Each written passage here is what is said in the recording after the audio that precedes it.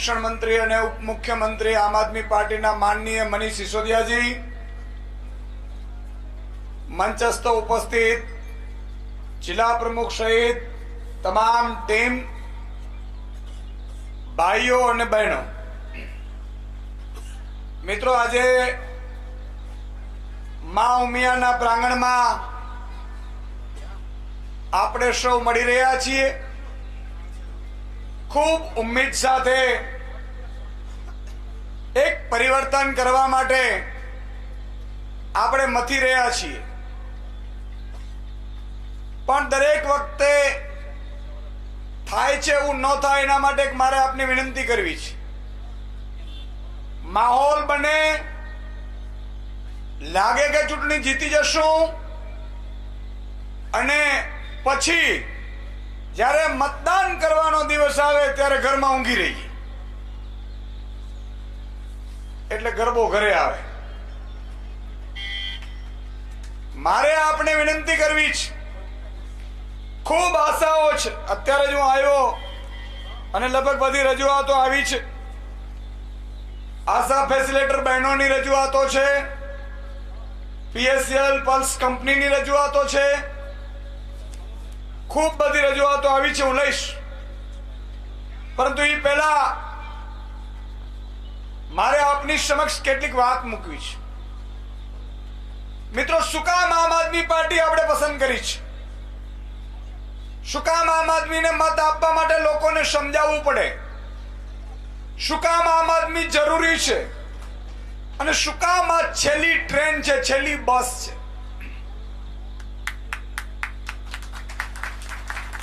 2022 जो भूलथी आपणे चूकी गया तो मित्रों तमने खबर नथी, गुजरात पोणो वेचाई जवानो छे। अने मने एनो सखत डर छे। मित्रों, आज 70 वर्ष थया, 75 वर्ष थया आजादी ने। घणी पार्टीओ आवी, भाजप आवी, कांग्रेस आवी, पण आपड़ा प्रश्नों ठेर ने ठेर रह्या। आ वात साची छे? 75 वर्ष में कोईनो उद्धार थयुं નથી થયું, પણ હું કહીશ કે થયું કેનો? કેટલાક નેતાઓ। આ હું સાચું બોલું છું? મિત્રો, આ જ વાત છે। 75 વર્ષ થયા, આપણી પાસે સારી સ્કૂલ ન બની શકી। 75 વર્ષમાં આપણી પાસે દવાખાનું ન બની શક્યું। 75 વર્ષમાં આપણે ખેડૂતોનો પાક લઈ ન શક્યા ઘરેથી। 75 વર્ષ થયા, ખેડૂતોને ભાવ ન આપી શક્યા। 75 વર્ષ થયા, આપણે ખેડૂતોને પાણી ન આપી શક્યા। 75 વર્ષ થયા, ખેડૂતોને વીજળી નથી આપી શક્યા। 75 વર્ષ થયા, આપણે કર્મચારીઓને કાંઈ ન આપી શક્યા। અને પરિસ્થિતિ મિત્રો એ આવી કે ગરીબ વધારે ગરીબ બન્યો અને અમીર વધારે અમીર બન્યો। પણ હવે તમારી જવાબદારી છે। પહેલા જ્યારે જ્યારે આપણા રાજ ઉપર અંગ્રેજો હોય, મુગલો હોય, ફિરંગીઓ હોય, અઢળક પ્રકારના શાસકોએ રાજ કર્યું ત્યારે તમારા ને મારા જેવા સૈનિકોએ માથા આપેલા છે। આજે મારે તમને એક વિનંતી કરવી છે કે હવે સમય બદલાયો છે। હવે સમય છે મતદાનનો, સમય છે ચૂંટણીનો।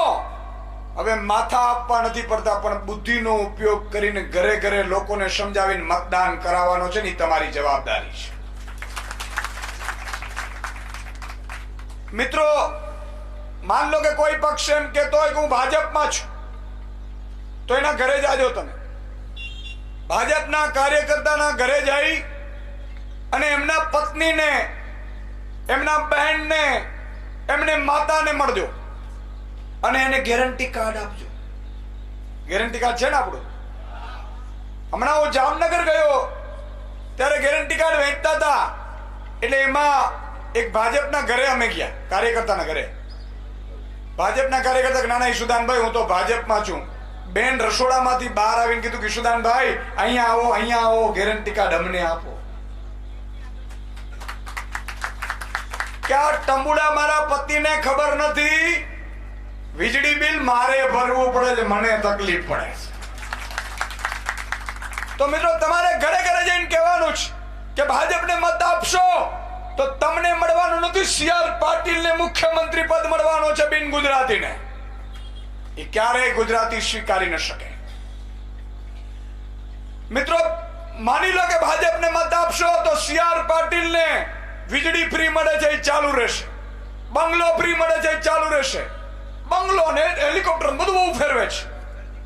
પણ ભાજપના કાર્યકર્તાને કે પેજ પ્રમુખને, કોંગ્રેસના કાર્યકર્તાને કે આમ આદમી પાર્ટીના કાર્યકર્તાને કાંઈ મળવાનો નથી. પરંતુ જો આમ આદમી પાર્ટીની સરકાર લાવો તો 1 માર્ચથી જ્યારે ઘરે ઘરે જાઓ ને એને કહેવાનું કે 1 માર્ચથી તમારો વીજળી બિલ 0 ના આવે તો મારી પાસેથી લઈ જજો, આમ આદમી પાર્ટીનો સૈનિક છું. આ 2000 મહિને એટલે કે 4300 સુધીનો વીજળી યુનિટ જેનું પણ આવતો હશે ને, એ 1 માર્ચથી જો આમ આદમી પાર્ટીની સરકાર આવી તો ફ્રી થવાનો છે, બાકી નથી થવાનો, બાકી વધવાનો છે. તો આના માટે મહેનત કરવી પડે કે ન કરવી પડે, અને જીત જાનથી કરવી પડે કે ન કરવી પડે. હવે આપણે કઈ રીતે મહેનત કરવી? તમે તો એમ કહો છો કિશુદાનભાઈ અમે તો મત આપવાના, પણ એટલાથી નહીં થાય. આપણો જમાઈ હોય, સાસુમાં હોય, દેર હોય, જેઠ હોય, મામો હોય, કાકો હોય, પેલે એને પકડવાના. ભાજપમાં મામો હોય તો એને હાથ જોડીને કહેવાનું કે મામા કંસ બનો, એ પેલા સુધરી જાઓ. તમારા કારણે આજે મારે 3000 નો ડબ્બો ખાવો પડે છે તેલનો. મામા તમે ભાજપમાં રહેશો અને મત આપશો તો તમને વાંધો નહીં આવે, પણ મારે 5000 નો ડબ્બો મારે નથી ખાવો, એટલા માટે આમ આદમી પાર્ટીમાં જોડાઈ જાઓ, નહીં તો બંધ કરો તમે નાટક. આ કેવું પડશે. આજે ઘણા બધા બહેનો આવ્યા છે, આશા ફેસિલિટેટર બહેનો છે, મને ખબર છે એમની ચિંતા, પણ એ બહેનોને મારે કેવું છે કે ઘરે ઘરે તમે જાઓ છો તો તમારે ઘરે ઘરે જઈને કહેવું પડશે કે આમ આદમીની એટલે કે આશા ફેસિલિટેટર બહેનોની સરકાર બનાવો તો તમારો પગાર વધશે. આજે મને ખબર છે ખૂબ ઓછો પગાર છે, ભાડું પણ મળતું નથી, પૂરતો પગાર મળતો નથી. આશા વર્કર બહેનો હોય, આંગણવાડીની બહેનો હોય, સફાઈ કર્મી હોય, પટાવાળા હોય, નાના નાના જેટલા પણ કર્મચારીઓ હોય, આમ આદમી પાર્ટીની સરકાર આવતાની સાથે 6 જ મહિનામાં એટલે આવતો ચોમાસું તમારું દિવાળીથી સારું હશે એની ગેરંટી આપીએ છીએ. આ બહેનો હાથ ઊંચો કરો તો આશા વર્કર બહેનો બને તો તમે તાળીઓ તો પાડો. તમારા માટે હું કહું છું, ઘરે ઘરે જાશો કે નહીં જાઓ તમારી જવાબદારી. જો સરકાર નહીં બને તો મનીષજીને કઈ ફરક નહીં પડે, ઈશુદાન ગઢવીને કઈ ફરક નહીં પડે, અરવિંદ કેજરીવાલજીને ફરક નહીં પડે, પણ મિત્રો જો આ છેલ્લી ટ્રેન છે સરકાર નહીં બનીને તો તમારા લોકોના આ લોકો લોહી ચૂસી લેશે, એટલી મને ખબર છે. તમારે તમારા માટે સરકાર બનાવવાની છે. પીએસસીએલ કંપનીના જે ભોગ બનેલા મિત્રો છે મારી પાસે આવ્યા હતા, મને ખબર છે લાખો રૂપિયા એના ડૂબી ગયા છે. મેં વિડીયો પણ બનાવ્યો હતો, કરોડો રૂપિયા છે, મને ખબર છે, મેં વિડીયો પણ બનાવ્યો છું. હું તમામ પીએસસીએલ એટલે પલ્સ કંપનીમાં જેટલા પણ નાણાં રોકાયેલા છે એ તમામ નાગરિકોને વિનંતી કરું છું કે છેલ્લી ટ્રેન છે, તમારે તમારા રૂપિયા પાછા મેળવવા હોય તો આમ આદમી પાર્ટીની સરકાર બનાવો, રૂપિયા પાછા આપવાની જવાબદારી અમારી છે. મિત્રો અહીંયા સ્પર્ધાત્મક પરીક્ષાના પેપર ફૂટે છે, એનો પણ મારી પાસે આવ્યું છે કે સુદાનભાઈ બેરોજગાર યુવાને પત્ર લખ્યો છે કે પેપર ફૂટે છે. આપણા સન્માનીય મનીષ સિસોદિયાજી બેઠા છે અને આ ભાજપના ડબડિયાઓને ખબર નથી, મનીષ સિસોદિયાજીને ફોડવા ગયા હતા, એને એમ કે આ શિંદેની જેમ ફૂટી જાય. પેલા મહારાષ્ટ્ર વાળા શિંદે કે ઓપરેશન લોટસ આપો, રૂપિયા આપો, એમને ખબર નથી. અકબરના દરબારમાં જયારે બધાને કીધું ને ત્યારે મહારાણા પ્રતાપે તે કીધું હતું કે અકબર તારા બાપની તાકાત નથી, મેવાડમાં હું બેઠો છું ત્યાંથી પગ ન પડવું. ઈ મહારાણા પ્રતાપના વંશજ અસલ સિસોદિયાને જયારે ફોડવા ગયા હતા ને એને કીધું કે મોદી તારી તાકાત નથી, હું વંશજ છું મહારાણા પ્રતાપ. અને મિત્રો એમણે સરકાર બનાવી, બીજા દિવસે પરીક્ષા હતી. હજી તો સરકાર બની હતી, બીજા દિવસે પરીક્ષા હતી. સિલસિલો જેમ ગુજરાતમાં પેપર ફૂટવાનો હતો એવો જ પેપર ફૂટવાનો સિલસિલો ત્યાં થયો. એક પેપર ફૂટ્યો, એવી સજા કરી કે આજે 7 વર્ષમાં દિલ્હીમાં તમામ પ્રકારની પરીક્ષાઓ લેવાની કોઈના બાપની તાકાત નથી, એક પેપર ફોડી શકે. મિત્રો હું તમામ બેરોજગાર યુવાનોને કહું છું, બધી વસ્તુ ભૂલી જજો. ભાજપ ભૂલી જજો, કોંગ્રેસ ભૂલી જજો. જો તમારે નોકરી જોતી હોય, મને ખબર છે નોકરી મળશે તો છોકરી મળશે, મને બધી પીડાની ખબર છે. જો તમારે નોકરી મેળવવી હોય અને ઈ પણ લાગવગ રહિત અને ઈ પણ પેપર ફૂટ્યા વગર, તો આમને એકને જ હિન્દુસ્તાનમાં આવડે છે સાહેબ, બીજા કોઈ નથી આવડતું. પેપર નહીં ફૂટવા દઈએ, એની ચિંતા કરવાની જરૂર નથી. મિત્રો આમ આદમી પાર્ટીની સરકાર શું કામ? આજે મોંઘવારી આસમાને છે, નડે છે કે નથી નડતી? નડે છે કે નથી નડતી? તમે વિચાર કરજો. હવે મોંઘવારી તો કેન્દ્રની ભાજપ સરકાર વધારે છે, એમાં તો આપણે કઈ કરી ન હોગી, પણ રાહત તો આપી શકીએ કે ન આપી શકીએ?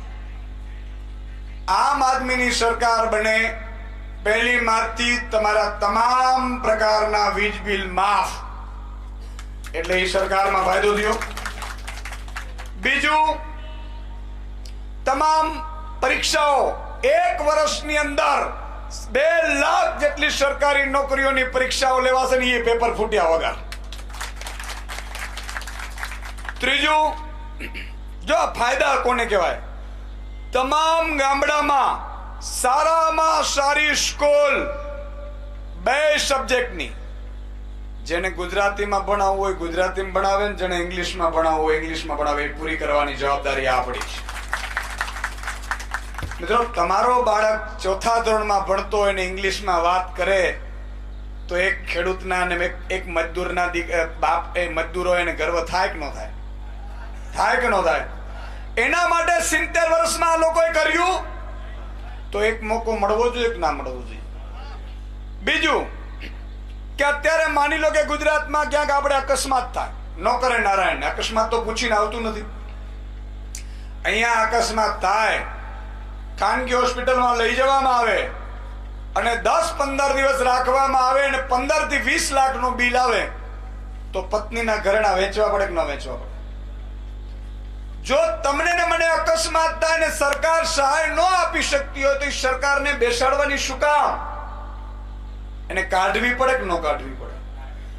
આમ આદમી પાર્ટીની સરકાર બનતાની સાથે ગુજરાતમાં કોઈનો પણ અકસ્માત થાય, કોઈ પણ હોસ્પિટલમાં વયા જાઓ, 1 લાખનું બિલ આવે, 1 કરોડનું બિલ આવે, આમ આદમી પાર્ટીની સરકાર ભોગવશે, તમારે ભોગવવાની જરૂર નથી. દરેક ગામમાં સારામાં સારું દવાખાનું હશે, દરેક ગામમાં, અને તમામ પ્રકારના ટેસ્ટ ફ્રી હશે. શું કામ આમ આદમી પાર્ટીની સરકાર બનાવવાની છે એની હું વાત કરી રહ્યો છું. પછી ખેડૂતો, આજે વિચાર કરો, 75 વર્ષ થયા આઝાદીના, ખેડૂતોને ભાવ કોઈ આપે છે? આપે છે? નથી આપતા ને. મને ભાજપ વાળા એવું કહેતા કે સુદાનભાઈ ખેડૂતોને ભાવ આપવાની જરૂર જ નથી. મેં કીધું કેમ? મને કે ભાવ ન આપીએ ને એટલે અમને મત આપે, ખોબલે ને ખોબલે હરક પદુડા થઈને મત આપે. ઈ કે જુઓ તમે બનાસકાંઠા હોય, સાબરકાંઠા હોય, ઉત્તર ગુજરાત હોય, બધામાં ખેડૂતોને જેટલા અમે લૂંટ્યા, જેટલો ખાતરનો ભાવ વધારે એટલા મત વધારે આપે. હવે જાગી જાય. આ સારું કહેવાય કે ન કહેવાય? કહેવાય ને? હા એમ પાછા કહેતા રહેજો. મધ્યાહન ભોજન યોજનાના કર્મચારીઓની માંગણી છે કે માસિક ફક્ત 1600 રૂપિયા જ આપવામાં આવશે, મદદનીશને 1400 રૂપિયા. ચિંતા ન કરો, તમારું પગાર 3 ગણો કરી દેવામાં આવશે. મધ્યાહન ભોજન યોજનાના કર્મચારીઓનો પગાર 3 ગણો કરી દેવામાં આવશે, જેથી તમે પણ સારું ખોરાક બાળકોને આપી શકો.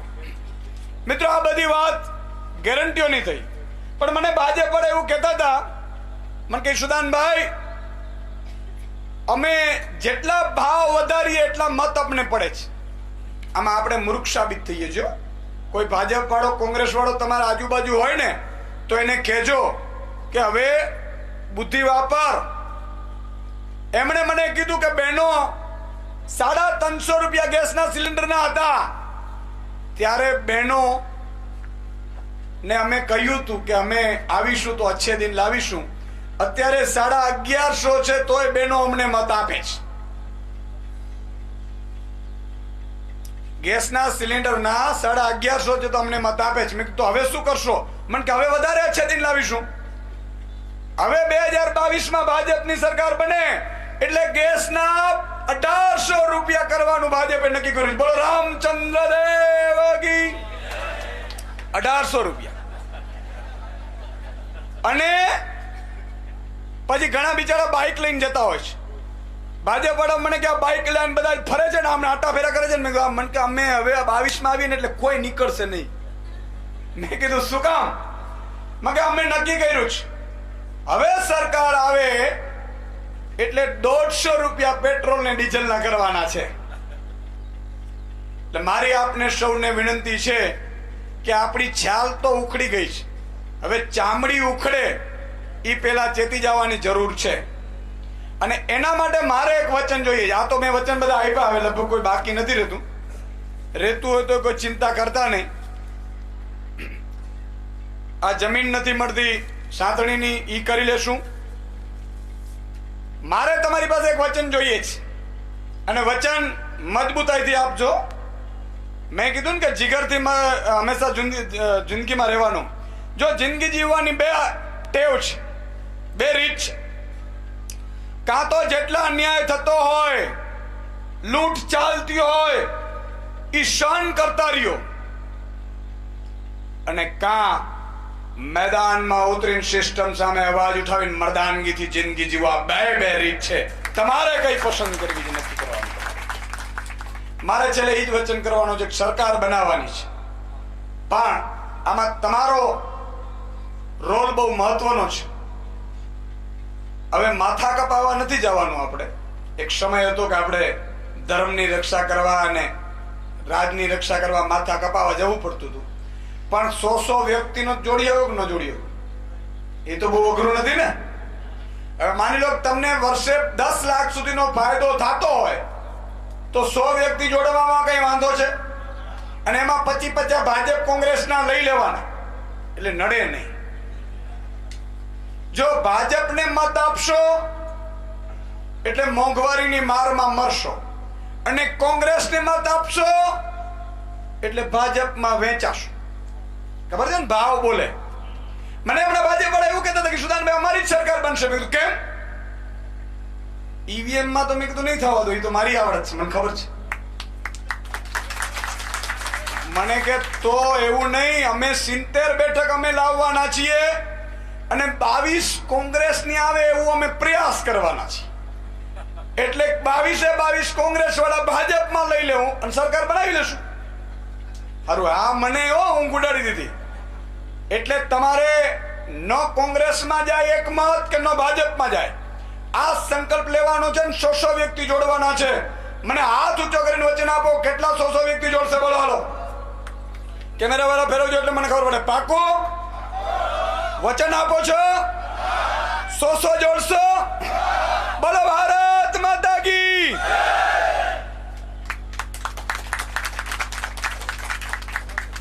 ખૂબ ખૂબ આભાર ઈશુદાન ગઢવીજી.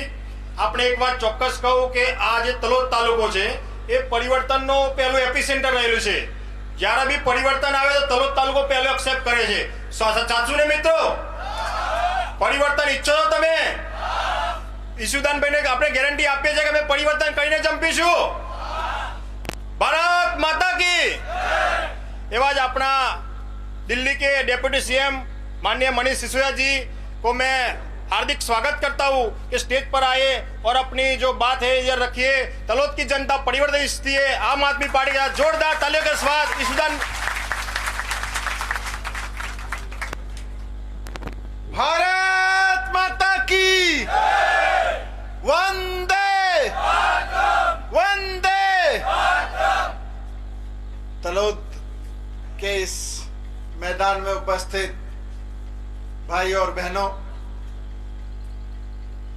मंच पर उपस्थित गुजरात के युवा नेता, लोकप्रिय नेता और गुजरात के घर घर में टीवी एंकरिंग के जरिए अपनी पहचान बना चुके भाई ईशुदान गढ़वी जी, मंच पर उपस्थित हमारे खेड़ा ब्रह्मा के आम आदमी पार्टी के कैंडिडेट और अरविंद केजरीवाल जी के मजबूत सिपाही, जिला प्रधान रमेश सलाट जी, यहाँ पर उपस्थित सभी आम आदमी पार्टी के कार्यकर्ता, तलोद के जनता, मैं बहुत बहुत शुक्रगुजार हूं आप लोगों का कि आप सब लोग यहाँ इस सभा में आए. मैं ईशुदान भाई की तरह से शानदार गुजराती में आपसे बात नहीं कर सकता, ये मेरी गरीबी है. मैं गरीब हूं, इस गरीबी के लिए मुझको माफ कीजिएगा. मैं हिंदी में सोचता हूं, हिंदी में बात रखूंगा. चलेगा? ये आपकी अमीरी है कि आप गुजराती और हिंदी दोनों समझते हो. मैं तो दिल्ली से आया हूं. अरविंद केजरीवाल ईशुदान जी की तरह पत्रकार था एक टीवी चैनल में. अरविंद केजरीवाल जी ने कहा ये पत्रकारिता तो सब लोग करते रहेंगे, आओ आंदोलन करते हैं. आंदोलन में आ गए.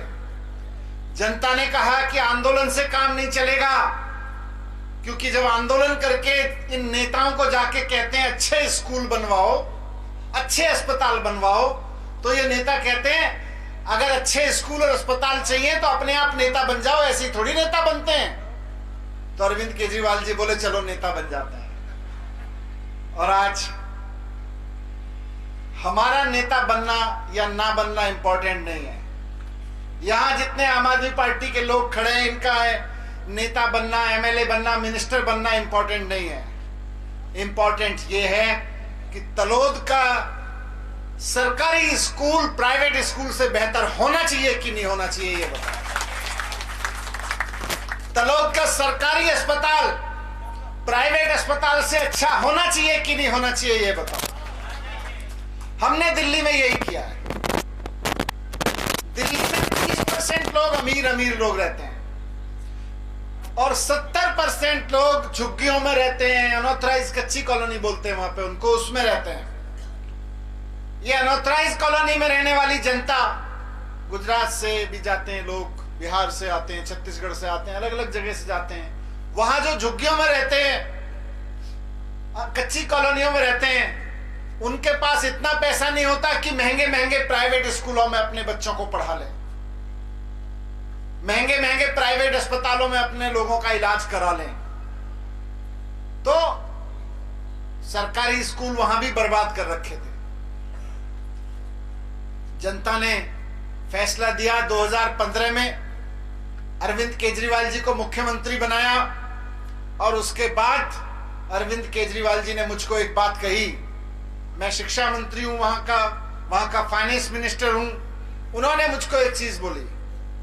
मैंने उनसे पूछा सर डायरेक्शन क्या है आपकी, निर्देश क्या है अपने मंत्री को.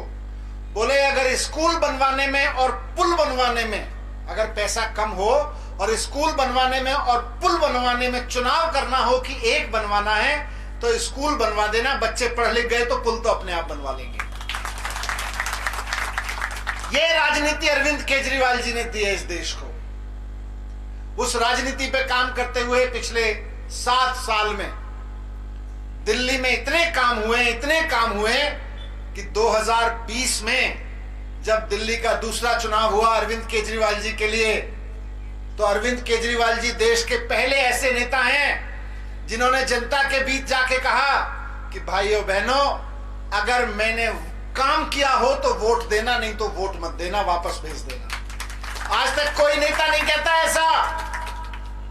अभी चुनाव आ रहे हैं, यहां के मंत्री जी हैं, है ना, यहां तो मंत्री जी का घर है पास में ही, अभी वोट मांगने आएंगे थोड़े दिन पहले बाद में, उनसे पूछ लेना कि मंत्री जी क्या इस बार ये फॉर्मूला लगा दें कि काम किया हो तो वोट देना, नहीं तो मत देना। मंच पे खड़े होके मंत्री जी से एक बार कहलवा देना। भाजपा के मंत्री में किसी में हिम्मत नहीं है जो मंच पे खड़े होके एक बार भी गलती से बोल सके कि काम किया हो तो वोट देना, नहीं तो नहीं देना।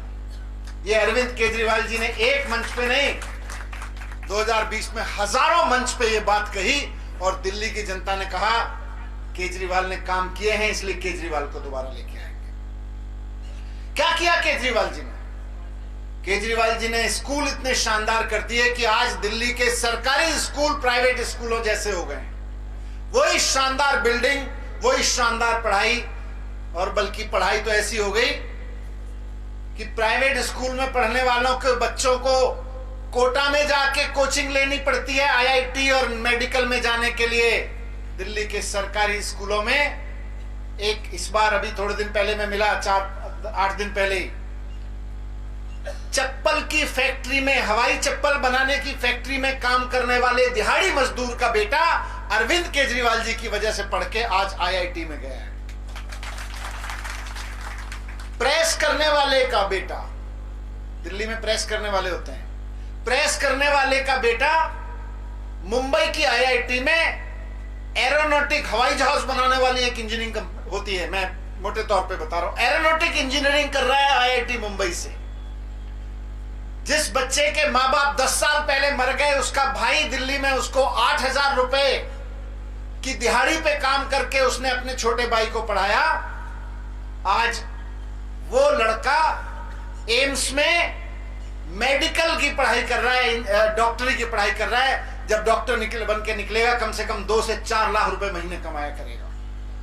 ये अरविंद केजरीवाल जी ने करके दिखाया। सरकारी स्कूल शानदार कर दिए, प्राइवेट स्कूलों को फीस नहीं बढ़ाने दी। ये केजरीवाल जी ने करके दिखाया कि सरकारी अस्पताल इतने शानदार हो गए कि प्राइवेट जैसे हो गए, और मोहल्ला क्लिनिक बना दिए गली गली मोहल्ले मोहल्ले में, ताकि हर मोहल्ले में लोगों को अपने छोटे छोटे इलाज कराने के लिए इधर उधर ना भागना पड़े।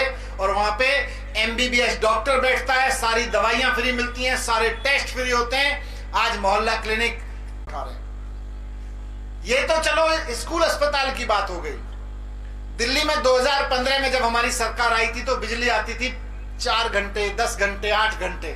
दिल्ली में जनरेटर, इन्वर्टर खूब बिकते थे। लेकिन 2 साल केजरीवाल जी इंजीनियर हैं, 2 साल मेहनत की, दिमाग लगा लगा के आज दिल्ली में 24 घंटे बिजली आती है और बिजली 0 बिल आते हैं बिजली। वहां पे अरविंद केजरीवाल जी से कुछ महिलाओं ने कहा कि भैया हम काम पे जाते हैं, कोई घरों में काम करती है, कोई दफ्तर में काम करती है, कोई दुकान में मार्केट में काम करती है, हमको बस का किराया बहुत देना पड़ता है। केजरीवाल जी ने कहा कि मैं बहनों के लिए पूरी दिल्ली में बस हमेशा के लिए फ्री कर देता हूं। सारी दिल्ली में बसों में महिलाएं कहीं भी जाएं, ऐसी ऐसी महिलाएं जो कहीं नहीं जाती नौकरी वोकरी करने, वो भी अपनी 4 सहेलियों के साथ, बूढ़ी बूढ़ी महिलाएं कहती हैं चलो संडे को दिल्ली का फलाना मंदिर देख के आते हैं, चलो दिल्ली का बिरला मंदिर देख के आते हैं, चलो इस बार कालका जी का मंदिर देख के आते हैं। संडे के संडे मंदिर देखने के लिए निकलने लगी हैं। क्यों? क्योंकि फ्री, नहीं तो 50-100 रुपए खर्च हो जाते थे टिकट पे। ये सारे काम किए।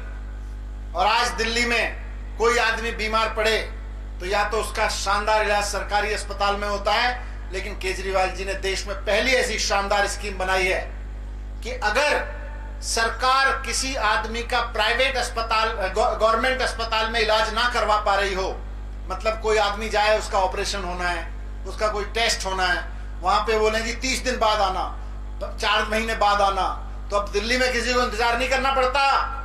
सरकारी अस्पताल में जाओ, अगर वहां पे लाइन लंबी है कि 30 दिन बाद आना, किसी भी चीज के लिए आपको कोई डॉक्टर कह रहा है 30 दिन बाद आना, तो अब डॉक्टर ये नहीं कहता 30 दिन बाद आना, बोले यहां तो 30 दिन के लिए लाइन लगी हुई है, आप ऐसा करो आपका इलाज हम प्राइवेट अस्पताल में करवा देते हैं, उसके इलाज का सारा खर्चा सरकार उठाती है। यह केवल दिल्ली में संभव है। आज केजरीवाल जी ने दिल्ली में जो करके दिखाया, उसको देख के पंजाब के लोगों ने केजरीवाल जी पे भरोसा करके आज वहां सरकार बनाई। 6 महीने के अंदर अंदर पंजाब में भी बिजली के बिल जीरो आने लगे। 51 लाख लोगों के बिजली के बिल जीरो आए। अस्पताल मोहल्ला क्लिनिक बन गए। शानदार काम होने लगा पंजाब में भी। और इन पंजाब और दिल्ली के काम को देख के गुजरात में भी बदलाव की आहट आ रही है। अब तो बस परिवर्तन चाहिए। गुजरात में भी लोग कह रहे हैं कि अब परिवर्तन चाहिए। 27 साल से देख रहे हैं बीजेपी को हराने के चक्कर में, बीजेपी को हटाने के चक्कर में कांग्रेस के कुछ एमएलए जीत जाते हैं, बाद में बीजेपी की सरकार बनवाते हैं, बीजेपी के ही काम आते हैं वो। 27 साल से लोग देख रहे हैं। स्कूल नहीं बनवाए इन्होंने, अस्पताल नहीं बनवाए, लेकिन जब केजरीवाल जी ने गुजरात में आना शुरू किया और गुजरात के लोगों ने देखना शुरू किया कि यार अगर दिल्ली में स्कूल हो सकते हैं, मोहल्ला क्लिनिक हो सकते हैं, बिजली फ्री हो सकती है, पंजाब में हो सकते हैं, तो गुजरात में क्यों नहीं हो सकते? यहां तो 27 साल से सरकार चल रही है इन लोगों की। तो पहली बार अमित शाह जी किसी सरकारी स्कूल में पहुंचे अपनी जिंदगी में। आपने कभी देखा? आपने 27 साल हो गए उनको यहां की राजनीति में, कभी देखा अमित शाह जी का कोई फोटो किसी सरकारी स्कूल में? जब गुजरात की जनता कहने लगी हमें केजरीवाल जी जैसे स्कूल चाहिए, इस बार केजरीवाल के साथ चलेंगे, तो अमित शाह जी जाके एक सरकारी स्कूल में फोटो खिंचाने के लिए खड़े हो गए। बोले हमने भी स्कूल बनवाए हैं, ध्यान रखना। नहीं तो स्कूल की बात नहीं करते थे, अस्पतालों की बात नहीं करते थे, बिजली के बिल की बात नहीं करते थे, बल्कि मजाक उड़ाते थे। बोले ये तो केजरीवाल फ्री की रेवड़ी बांट रहा है। केजरीवाल का मजाक उड़ाते थे केजरीवाल जी का कि ये तो फ्री में लुटा रहा है जनता को। केजरीवाल जी ने कहा भाई ये मंत्रियों के घरों में बिजली के लाखों लाखों रुपए के बिल आते हैं फ्री में, आम जनता को फ्री में दे रहा हूं तो क्या फर्क पड़ रहा है? जनता टैक्स दे रही है, फ्री में थोड़ी दे रहा हूं। आदमी नहाने के लिए साबुन की बाटी खरीद के जाता है तो उस पर भी टैक्स लेता है, दे के आता है। घर में चाय बनाने के लिए चाय की पत्ती, नमक और दूध खरीद के लाता है, उस पर भी टैक्स दे के आता है। ऐसा नहीं है कि फ्री में मांग रहा है आम आदमी। ये देता किस लिए? नमक पे टैक्स है, दूध पे टैक्स है, दही पे टैक्स है, साबुन पे टैक्स है, नहाने से लेके रात को बिजली का स्विच चलाते हो उस पे टैक्स है, बिजली रात को बंद करके सो जाते हो बिजली का बल्ब, लेकिन पंखा चलता रहता है तो टैक्स चलता रहता है सरकार को। ये मत सोचना कभी कि हम सरकार को टैक्स नहीं देते हैं। यहां बैठा एक एक आदमी, गरीब से गरीब आदमी भी सरकार को टैक्स दे रहा है, और इसके बदले में अगर सरकार से कह रहा है कि मेरे बच्चों को सरकारी स्कूल अच्छे दो, तो भीख नहीं मांग रहा है, अपना हक मांग रहा है। यहां बैठा गरीब से गरीब आदमी टैक्स दे रहा है, और उसके बदले में अगर सरकार से कह रहा है कि मुझे अच्छे अस्पताल दो, तो एहसान नहीं कर रहा है, कर रही है सरकार। हक है उसका, इसीलिए टैक्स दे रहे हैं। ये कहने लगे फ्री की रेवड़ी, फ्री की रेवड़ी, बोले सरकार को लुटा देंगे। देखो दिल्ली का मॉडल, देखो दिल्ली में आज क्या हो रहा है। जब मैं सरकार में आया था 2015 में 30,000 करोड़ का बजट होता था दिल्ली सरकार का। ईमानदारी से सरकार चलाई, और ये कहते ना फ्री की रेवड़ी, केजरीवाल जी ने जम के फ्री की रेवड़ियां बांटी, महिलाओं के लिए, बच्चों के लिए, स्कूल पे, अस्पताल पे। और सरकार का बजट, सरकार को जो टैक्स आता है, बिना टैक्स बढ़ाए सरकार का टैक्स आ गया 70,000 करोड़ रुपए, 75,000 करोड़ हो गया पिछले साल को। जब आप जनता पे खर्च करते हो तो जनता टैक्स देती है, और जब आप जनता से बचा के अपने दोस्तों पे खर्च करते हो तो वो स्विस बैंकों में ले जाते हैं, वो टैक्स में भी नहीं आते और वो जनता के पास भी नहीं आते। जनता पे पैसा खर्च करो, ये केजरीवाल जी की राजनीति है।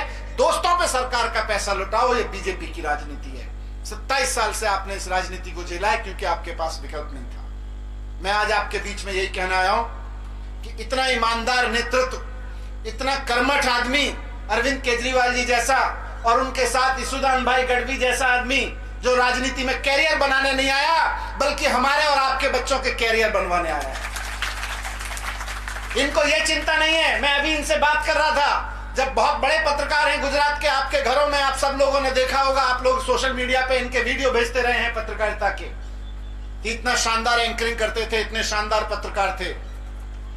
ये यहाँ इसलिए नहीं आए कि नेता बन जाएंगे, 4 लोग गले में माला डाल देंगे, 2 लोग सल्यूट कर लेंगे, ये इसलिए नहीं आए।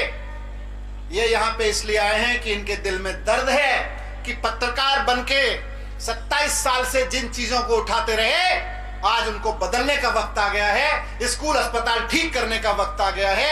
नौकरियों के लिए जो लोग रोते देखे हैं, इन्होंने पत्रकार बनके इन्होंने लोगों को रोते देखा है। कई साल तैयारी करती है एक लड़की ग्रेजुएशन करने के बाद, एक लड़का ग्रेजुएशन करने के बाद में कई महीने कई साल तैयारी करती है कोचिंग इंस्टीट्यूट में बैठ के, और उसके बाद ये नेता और इनके दलाल मिलके पेपर फूट करवा देते हैं, और उसके बाद कहते हैं हम क्या करें। वो गुस्सा इनको नौकरी से निकाल के लाया, वो गुस्सा निकाल के लाया है, उसको ठीक करने के लिए ये राजनीति में आए। आप भरोसा करें, इन्होंने इतनी सारी चीजें कही, केजरीवाल जी पे भरोसा करें, यशोदान गढ़वी जी पे भरोसा करें, और अपने आपके कुछ ना कुछ लोग जानकार रहते होंगे दिल्ली में। मैं कह के जा रहा हूं केजरीवाल जी की तरफ से, ये सारे लोग तो पीछे पड़ गए। अब मैं कह के जा रहा हूं, मेरी बात पे भरोसा मत करना, यशोदान भाई की बात पे भरोसा मत करना, ये तो आम आदमी पार्टी के कार्यकर्ता है, इनकी बात पे भरोसा मत करना। अपने किसी रिश्तेदार को दिल्ली में फोन कर लेना और उससे पूछना कि केजरीवाल जी ने काम किया है कि नहीं किया, तब वोट देना। बीजेपी ने क्या काम किया उसके लिए रिश्तेदार से पूछने की जरूरत नहीं है। अपना घर देख लेना, अपने खेत देख लेना, अपने पशु देख लेना, अपने बच्चों को देख लेना, आपको पता चल जाएगा क्या किया है बीजेपी ने आपके लिए। केजरीवाल जी ने दिल्ली के लिए क्या किया है, पंजाब के अब नई सरकार वहां पे पंजाब के लोगों के लिए क्या कर रही है, किसी को एक फोन करके पूछ लेना। अभी जब केजरीवाल जी के ऊपर जनता भरोसा करने लगी है और गुजरात में आज ये आवाज उठने लगी है कि हमें भी केजरीवाल की राजनीति चाहिए, उन्होंने कहा हम स्कूल ठीक करा देंगे, 5 साल से ज्यादा नहीं लगेंगे स्कूल ठीक कराने में, सारे 5 साल से ज्यादा नहीं लगेंगे अस्पताल ठीक कराने में, और सरकार बनते ही ये पेपर फूटना बंद कर देंगे। इसके लिए तो 5 दिन की भी जरूरत नहीं है, 5 घंटे के अंदर अंदर ऐसी व्यवस्था कर देंगे कि अगला पेपर ना फूटे। गुजरात के सरकारी कर्मचारी दुखी हैं, पुलिस वाले दुखी हैं, बस वाले दुखी हैं। आज मैं अभी रोड शो निकाल रहा था, वहां पे बस वाले जितने जा रहे थे, सारे बस वाले कह के जा रहे थे हमारे लिए केजरीवाल जी ने कह दिया है हम केजरीवाल जी के साथ हैं। सारे बस वाले कहते हुए जा रहे थे। जहां जाता हूं सरकारी कर्मचारी मिलते हैं, सब कहते हैं कि जी केजरीवाल जी ने हमारी सुनी है। अरे 27 साल से इस राज्य में एक सरकार चल रही है, वो किसी कर्मचारी की सुनने को तैयार नहीं है। जो सरकार अपने सरकारी कर्मचारी की सुनने को तैयार नहीं है, वो आम जनता की क्या सुनेगी। आम जनता की तो उसको चिंता ही नहीं है। तो आज कर्मचारी को सुनने वाली सरकार लाने की जरूरत है। कर्मचारी भी हमारे ही घरों में से किसी में गया बेटा है, वो कोई आसमान से थोड़ी आया है। यहाँ जितने लोग बैठे हैं वहीं से किसी ने पुलिस वाला दिया है, किसी ने बस वाला दिया है, किसी ने सैनिक दिया है, कहीं पे इन्हीं घरों से तो निकल के गए हैं, इन्हीं किसान और मजदूरों के घरों से निकल के गए हैं। उनके लिए भी करने की जरूरत है। आज केजरीवाल जी ने कहा है कि 5 साल के बाद एक भी कर्मचारी को इस तरह की कोई शिकायत नहीं रहेगी जो 27 साल से लोग लड़ रहे हैं छोटी छोटी चीजों के लिए। तो मैं आपके बीच में इतना ही कहने आया हूं कि इस बार झाड़ू की सरकार, अब की बार झाड़ू की सरकार। बहुत देख लिया 27 साल से बार बार कमल की सरकार। इन्होंने दोस्तों के घर और कमलम बनाने के अलावा कुछ नहीं किया। कमलम से शानदार स्कूल ना बनवा दे तो कहना क्या किया था।